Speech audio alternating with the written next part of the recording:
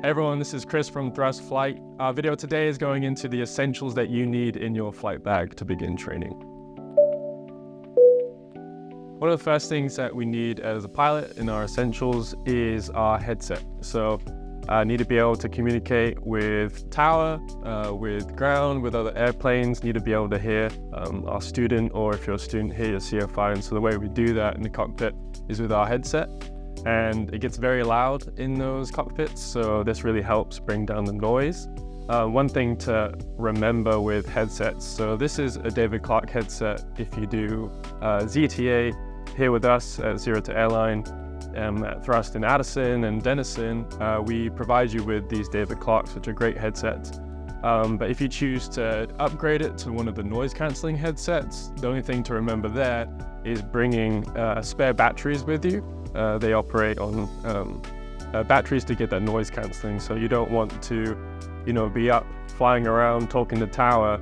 All of a sudden you lose communication just because you ran out of batteries in your headsets. So first thing, headsets.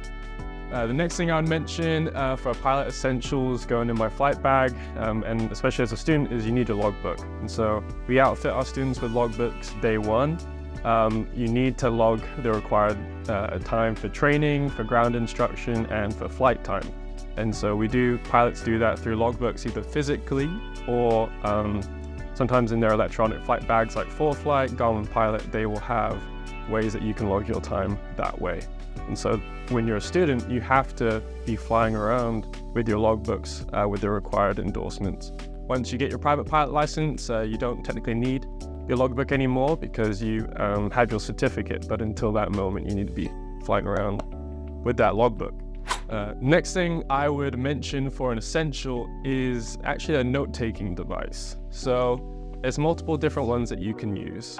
For me, I chose to use, it's a kid's writing tablet, and so you just scribble on it. It doesn't need batteries to write on it, and then it erases. And so there's all sorts of times when you're flying around that you get an instruction from ATC that can be a little bit long-winded or something you haven't heard before. Instead of trying to remember it and regurgitate it back perfectly, you can write it down as they're saying it, so you read it back correctly. Also, say you're going to an unfamiliar airport. They give you a new taxi instruction that you haven't heard before. We're dealing with multiple runways.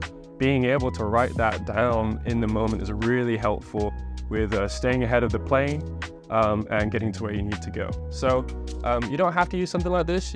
Pen and paper works really well.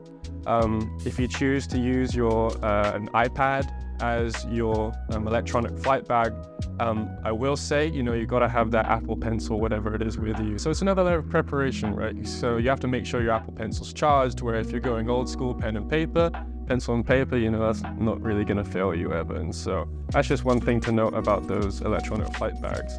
So having a little backup, something that you can use, is really helpful. Next thing I would mention would actually be, I use an iPad for my electronic flight bag, and this has like my sectional charts, this has my flight directories, taxi diagrams, everything on it. I actually couple it with a knee board, which we outfit our students with here. I lock it in onto my knee board. It's strapped right there. I know exactly where it is. If it's turbulent, like in the summer times, it's not bumping around, I keep that there. And so you don't need to use an iPad, especially starting off as a private pilot. You're using your visual references for piloting around, and you can use a paper section chart instead. But what these electronic flight bags like ForeFlight and Garmin Pilot do is they make it a lot more ergonomic for you. So everything's in one place, and they have a lot of tools that can help simplify. Especially when you get into your instrument rating, if you choose to go onto that. Here at ZTA, we take students all the way from day one, private pilot, all the way through CFI and multi-engine commercial training. And so when you get that instrument rating, be able to have the approach plates right there for you is very helpful. Next thing I would mention is some sunglasses. If you want to fit the stereotype, you can get some aviators, you can rock the mustache. But you don't have to. But sunglasses are really helpful. When we're flying around here, we're responsible for, maintaining separation from aircraft. And if it's a really sunny day, tiny Cessnas, tiny Archers, they're hard to see. And so doing what we can to make us more effective of spotting planes using sunglasses is really helpful. Another instance is, say you're instrument flying, you're in actual, you're in the clouds. If the sun's hitting that cloud and you're in it, it's gonna light up all around you and can kind of be disorienting. So having sunglasses is really important. One quick note though on sunglasses is that you want to make sure that you don't get polarized lenses, for one. Reason being is that electronic screens, say you're using a glass cockpit, right? If you're using polarized sunglasses, the screen will actually black out. Not the screen itself, but your vision of it. You won't be able to see it. One cool thing that Thrust has started to provide their students with right off the bat is actually this tiny flashlight. And so it's a red light flashlight. The reason it's red is so when you're doing night flights, say you're doing a night cross country with your instructor, our night vision is very sensitive. It takes up to 30 minutes for us to even be at peak night vision. And as soon as you get white light in your eyes, it's gone. And time starts again, 30 minutes. And so if at night, just like during the day, we're trying to maintain that separation from aircraft, and we do that visually. And so we want to have as best vision as we can. Using a red light actually prevents that interruption of our night vision. And so there's multiple times when you're fiddling around, try to get frequencies down, maybe you dropped a pen on the ground, where is it? Turn that red light on, spotting it keeps that night vision in check. So, flashlight. Another piece would be hydration and snacks. So, especially in the summertime, right now it's August, we've been hitting 100+ temperatures every day. We have it kind of good here at Thrust in that our airplanes have AC that we can run even on the ground, which is a game changer. But nevertheless, you're in a cockpit, it's hot, and flight training is very rewarding, but it's not easy. It's a strain on the body, so staying hydrated is super important. I bring this on every flight. It doesn't have to be peanuts. Peanuts might go to get those salts in you. Staying hydrated, just keeping nutrition going is going to help your training as well.